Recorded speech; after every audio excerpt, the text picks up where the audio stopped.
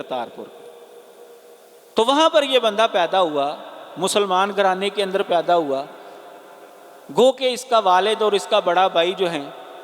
وہ انگریز سامراج کے خادم تھے، ان کے بڑے حمایتی تھے، لیکن بہرحال مسلمان گھرانہ تھا یہ۔ ابتدائی تعلیم اس نے گھر کے اندر جو اس زمانے کا رواج تھا وہ حاصل کی، باقاعدہ کسی ادارے کے اندر جا کر آخری حد تک اس نے پڑھا ہو ایسا نہیں ہے۔ اس کا بیٹا خود سیرت المہدی کے اندر لکھتا ہے، بشیر احمد اس کا نام ہے اس کے بیٹے کا، وہ کہتا ہے کہ میرا والد جو ہے نہ تو کوئی بڑا عالم دین تھا اور نہ ہی کوئی بڑا مناظر تھا، اس نے باقاعدہ تعلیم حاصل نہیں کی، بچپن اس کا عام بچوں کی طرح گزرا ہے۔ جوانی کے اندر یہ ایک دفعہ، یہ 1864 کی بات ہے، اپنے باپ کی پینشن لینے کے لیے 700 روپیہ جو دور حاضر کا جب ہم نے اس کا حساب لگایا تو وہ تقریباً 44,80,000 روپیہ بنتا ہے، وہ پینشن لینے کے لیے گیا اور اس کے چاچے کا بیٹا مرزا امام دین اس کے ساتھ چلا گیا اور یہ سارے پیسے جو ہے ان دونوں نوجوانوں نے اڑا دیے۔ تقریباً 24-25 سال اس کی عمر تھی، 2 بچوں کا باپ بھی تھا، اس کی شادی بھی ہو چکی تھی۔ تو قادیانی لوگ جو ہے اس سارے واقعے کا ملبہ جو ہے وہ مرزا امام دین کے اوپر ڈال دیتے ہیں کہ وہ بندہ 2 نمبر تھا، یہ سارے پیسے جو اس نے خرچ کیے۔ جبکہ آپ سیرت المہدی کے اندر یہ واقعہ پڑھیں گے تو پتہ چلتا ہے وہاں پر لکھا ہے کہ جب پیسے ختم ہو گئے تو حضرت صاحب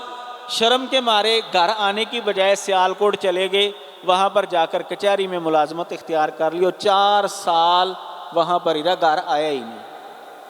اس کے والد نے بار بار جو ہے وہ میسج بھیجے کہ گھر آ جاؤ، گھر 4 سال کے بعد گھر کے آیا۔ اس کا مطلب یہ ہے کہ وہ خود بھی شامل تھا اس کے اندر، وہ سارے پیسے بھی اسی نے نکلوائے تھے، پینشن لی تھی۔ 1877 تک یہ بندہ ایک عام آدمی کی طرح وقت گزارتا ہے۔ 1877 کے اندر اس نے مذہبی میدان کے اندر قدم رکھا اور اہل حدیثوں کے بہت بڑے عالم دین اس زمانے کے مولانا محمد حسین بٹالوی رحمہ اللہ، یہ مرزا قادیانی کے بچپن کے دوست تھے، تو وہ چونکہ ہندوستان کے اندر ان کا بڑا نام تھا، انہوں نے مرزا غلام محمد قادیانی کو یہاں لاہور میں ہی چینیا والی مسجد میں، یہ خطیب تھے مولانا محمد حسین بٹالوی رحمہ اللہ، یہاں پر بلایا اور اس کو رغبت دلائی اور وہ مذہبی میدان کے اندر ایک مناظر کی حیثیت سے، ایک عالم دین کی حیثیت سے معروف ہونا شروع ہو گیا۔ اس نے چیلنج کرنے شروع کر دیے غیر مسلموں کو، کبھی عیسائیوں کو چیلنج کر رہا ہے، کبھی ہندوؤں کو کر رہا ہے۔ تو وہ زمانہ ایسا تھا کہ ہر مذہب والے لوگ ایسے بندے کو اپنے سر آنکھوں پر بٹھاتے تھے جو اس کے مذہب کا دفاع کر رہا ہوتا، تو مسلمانوں نے بھی ایسا کیا۔ 1877 کے اندر اس نے مذہبی میدان کے اندر قدم رکھا اور 1882 تک یہ ایک عالم دین اور مناظر کی حیثیت سے 5 سال تک معاشرے کے اندر معروف رہا۔ 1882 کے اندر جب اس نے براہین احمدیہ کی 3ری جلد شائع کی تو پہلی مرتبہ اس کے عقیدے کے اندر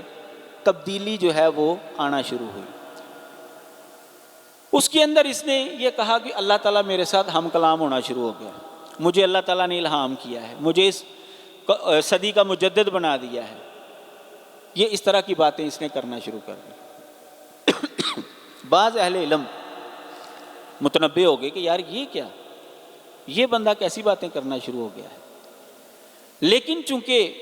ابھی کوئی اس کی باتوں کے اندر کوئی واضح کفر موجود نہیں تھا اور اصولی طور پر اس کے اوپر کفر کا حکم نہیں لگتا تھا، اس لیے زیادہ تر اہل علم نے اس کی مخالفت نہیں کی۔ لیکن یہ دور اس کا چلتا ہے 1890 تک۔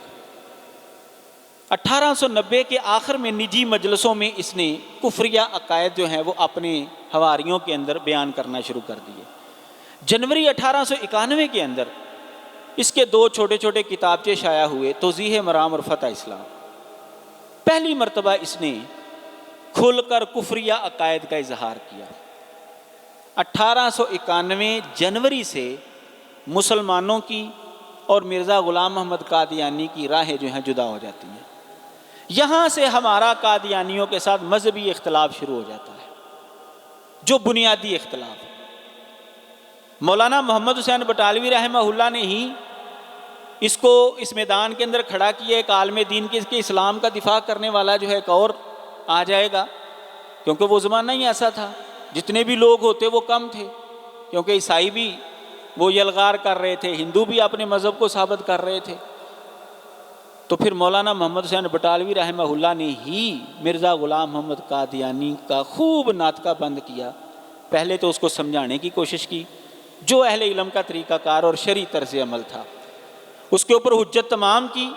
اس کو سمجھایا کہ بھی تیرے عقائد کفریہ ہے، تو باز نہ آیا، اسی حالت میں مر گیا تو کفر کی حالت میں مرے گا، تو وہ نہ سمجھا۔ خط و کتابت ہوئی، وہ باقاعدہ مولانا کے اشاعت السنہ جو رسالہ تھا اس کے اندر شائع ہوئی، قادیانیوں نے بھی وہ خط و کتابت جو ہے وہ محفوظ رکھی ہوئی ہے، شائع کی۔ تو یوں مرزا قادیانی جو ہے وہ نہ مانا، وہ اپنے ضد پر اڑا رہا۔ مولانا محمد حسین بٹالوی رحمہ اللہ نے ایک سوال نامہ ترتیب دیا اور اپنے شیخ سید نذیر حسین محدث دہلوی رحمۃ اللہ علیہ سے اس کا جواب طلب کیا، تفصیلی جواب انہوں نے دیا اور اس کے عقائد نقل کر کے باقاعدہ کتابوں کے حوالوں کے ساتھ کہ اس کی کتابوں کے اندر یہ عقیدے ہیں اور یہ کفریہ اور گمراہ کن عقیدے ہیں، دستخط کیے کہ اگر یہ بغیر توبہ کے مرتا ہے تو یہ کفر کی حالت پر مرے گا۔ اور پھر مولانا محمد حسین بٹالوی نے اس فتوے کو اس زمانے کے تقریباً 200 جید علماء اور سجادہ نشینوں سے باقاعدہ دستخط کروائے۔ یوں اولین متفقہ فتویٰ کفر مرزا غلام محمد قادیانی کی زندگی کے اندر ہی شائع ہو گیا اور مسلمانوں کا مرزا قادیانی سے راستہ الگ ہو گیا۔ یہ زمانہ، اب اس زمانے کے اندر اس نے حضرت عیسیٰ علیہ السلام کی وفات کا اعلان کر دیا کہ وہ فوت ہو گئے، اللہ تعالیٰ نے مجھے عیسیٰ بن مریم بنایا ہے، اور اس نے جو ہے وہ فلسفیانہ عقائد جو ہے وہ پیش کیے کہ جی یہ روحیں جو ہیں، یہ جو ستارے ہیں یہ فرشتوں کے قالب ہیں، فرشتے جو ہیں وہ زمین پر بذات خود نہیں اترتے، وہ اپنی اپنی جگہ پر ہی رہتے ہیں، نبیوں کو جو فرشتے نظر آتے ہیں وہ جس صرف ان کی ایک تمثیلی صورت ہوتی ہے، اور اس طرح کے کئی عقائد اس نے جو ہیں غیر اسلامی جو ہے وہ پیش کیے۔ اس زمانے کے اندر اس نے ابھی نبوت کا دعویٰ کھل کر نہیں کیا، لیکن یہ دعویٰ اس نے کر دیا کہ جو میری پیروی نہیں نہ کرے گا اس کو نجات نہیں ملے گی، یہ دعویٰ اس نے۔ اب یہ سراسر نبوت کا دعویٰ تھا، صرف نبی یہ کہہ سکتا ہے کہ اگر کسی نے نجات لینی ہے نا تو وہ میری پیروی کرے، میری پیروی کے بغیر نجات نہیں مل سکتی۔ کوئی عالم دین، کوئی محدث، کوئی امام یہ دعویٰ نہیں کر سکتا۔ وہ یہ لفظ تو اس نے بولے، یہ دعویٰ اس نے کیا، لیکن جب سید نذیر حسین محدث دہلوی رحمۃ اللہ علیہ نے یہ فتوے کے اندر لکھا کہ یہ نبوت کا دعویٰ کر رہا ہے، تو مرزا قادیانی کہتے ہیں نہیں، میں نے نبوت کا دعویٰ نہیں کیا۔ یہی بات مرزا قادیانی کے مرنے کے بعد اس کا بیٹا بشیر الدین محمود جو اس کا دوسرا خلیفہ بنا تھا، اس کے مرنے کے بعد پہلا خلیفہ حکیم نور الدین تھا اس کی جماعت کا، اور دوسرا خلیفہ اس کا بڑا بیٹا بنا دوسری بیوی سے، بشیر الدین محمود۔ اس نے کتاب لکھی حقیقت النبوہ، اس کے اندر اس نے پھر یہ بات مانی کہ ابا جی نے نا جب 1891 کے اندر یہ دعویٰ کیا تھا نا میں مسیح موعود ہوں اور میری اطاعت کے بغیر نجات، اصل میں انہوں نے نبوت کا دعویٰ کیا تھا، بس ان کو سمجھ نہیں آ رہی تھی۔ یعنی سید صاحب نے جو دعویٰ کیا تھا، جو بتایا تھا کہ اس نے نبوت کا دعویٰ کر دیا ہے، مرزا قادیانی منکر تھا، وہی بات چند سالوں کے بعد اس کے بیٹے نے تسلیم کی کہ واقعی ابا جی نے اس زمانے میں نبوت کا دعویٰ کر دیا تھا، بس ان کو سمجھ نہیں آ رہی تھی۔ تو بہرحال کھل کر اس نے نبوت کا دعویٰ نہیں کیا۔ یہ زمانہ اس کا چلتا ہے 1900 تک۔ 1901 کے اندر اس نے کھل کر پھر اپنے آپ کو نبی اور رسول کہنا شروع کر دیا،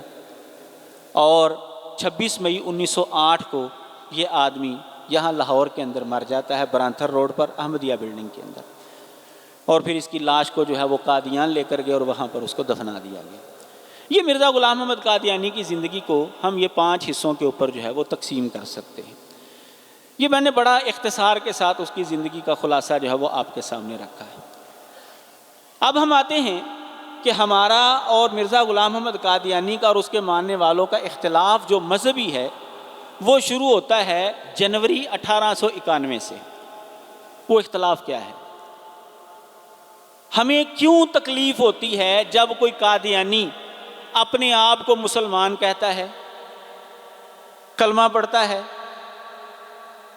اور یہی کام اگر کوئی دوسرا غیر مسلم کرے تو ہمیں خوشی ہوتی ہے؟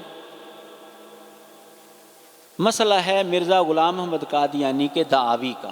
اس نے جو دعوے کیے ہیں، ان دعووں کے اندر ایک دعویٰ یہ ہے، وہ کہتا ہے من فرق بینی و بین المصطفیٰ فما عرفنی وما رآ۔ اس کی کتاب ہے خطبہ الہامیہ۔ اس کے اندر اس نے یہ دعویٰ کیا، کہتا ہے کہ جو میرے اور مصطفیٰ صلی اللہ علیہ وسلم کے درمیان فرق کرتا ہے، نہ اس نے مجھے دیکھا نہ پہچانا۔ یعنی اس نے یہ دعویٰ کیا کہ میں اور محمد صلی اللہ علیہ وسلم دونوں ایک ہی شخص ہیں۔ اسی کتاب کے اندر وہ لکھتا ہے سارا وجود ہی وجودہ ہو، میرا وجود اور محمد صلی اللہ علیہ وسلم کا وجود ایک ہی وجود ہے، ہم دونوں ایک ہی وجود ہیں۔ یعنی مرزا قادیانی کے کئی دعوی ہیں، ہم اس کے ہر دعوے کے اوپر گفتگو کر سکتے ہیں، لیکن میں اختصار کے ساتھ